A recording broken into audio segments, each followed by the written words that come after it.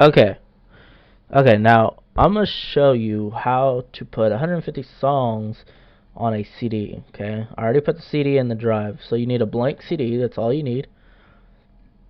Then you go to My Computer. Then you want to go to this. I'm gonna go to Open. Okay, there's nothing there, right? It's all blank. So what I'm gonna do is go get my song I want.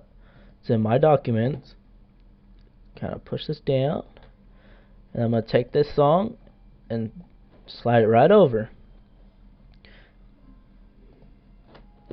And then you're gonna write these files to a CD. You're gonna come up to this screen, and you're gonna push next, and then there's these two, and then you want to click on make a data CD for your computer and some CD players. Okay, and then it's gonna initialize and all that.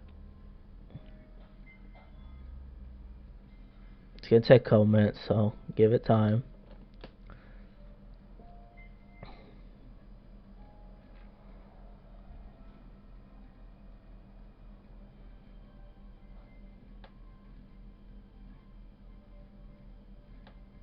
Now what's going to happen when it's done, you can only play the CD on MP3. It will play on your computer, but if you want to play it like on your radio, on the car or something, it has to be MP3 format.